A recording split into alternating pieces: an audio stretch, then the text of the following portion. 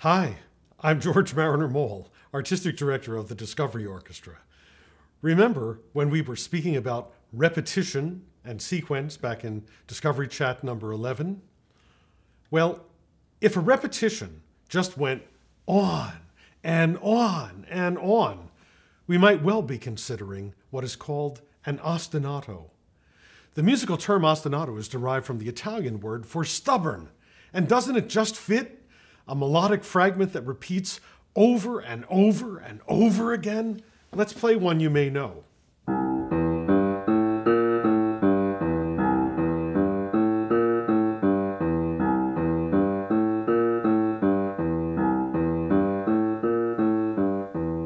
Etc. Now, if we have ostinatos just by themselves, they might be kind of hard to take after a while, boring into our heads as they do, but they are also very useful as easy to create accompaniments. If we restrict ourselves to just the black keys on the piano, I want you to count how many consecutive black keys can we play before we get to a repeat of the one that we played. Listen and count.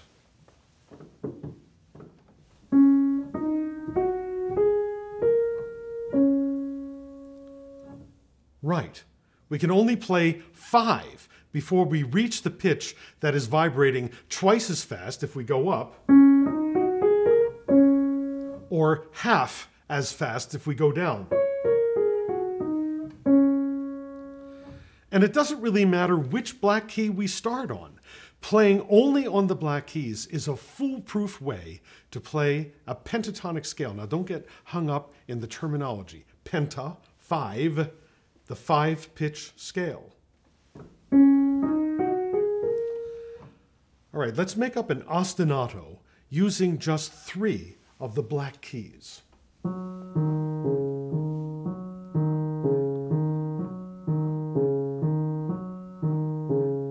This will be our easy-to-perform accompaniment played by our left hand.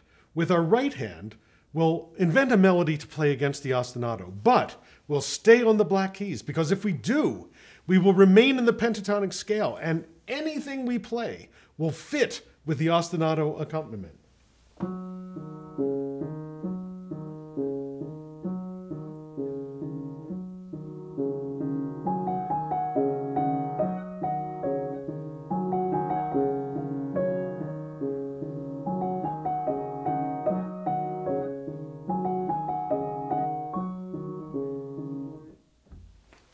How long have human beings been using ostinatos? Thousands of years. You can easily imagine our ancestors in a hunting and gathering society having some kind of communal music dance event. Who are the musicians? Well, there's that really talented musician over there playing some incredible melodies on a wooden carved flute. And then someone says, "Hey, our ostinato guy is sick tonight." "That's okay," says the flutist. "Just get anybody from the tribe. Hey, yeah, you come over here. All you have to do is hit these 3 coconut shells over and over again with this stick."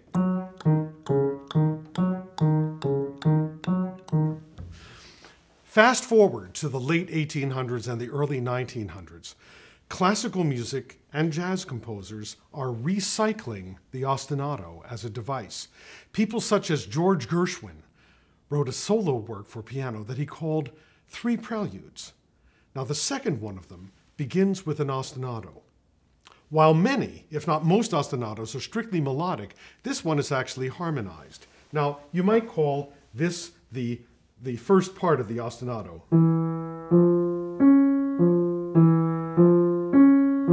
or the melody part. And here's the harmony part.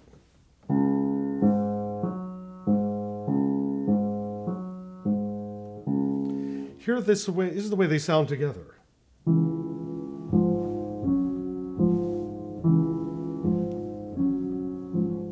Kind of a lovely thing, isn't it? Now, he created a melody to go with this chordal ostinato. This melody goes...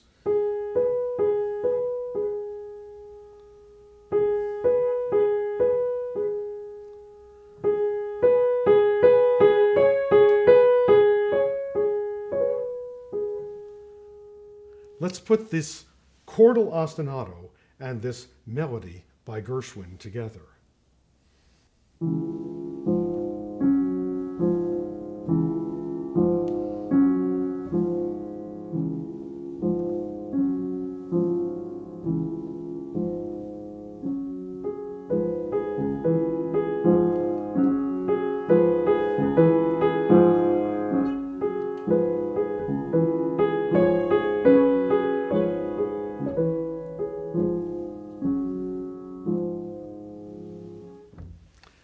So the next time you read in the program notes about the ostinatos used by such and such a composer in the work you're about to listen to, you'll know what they're talking about.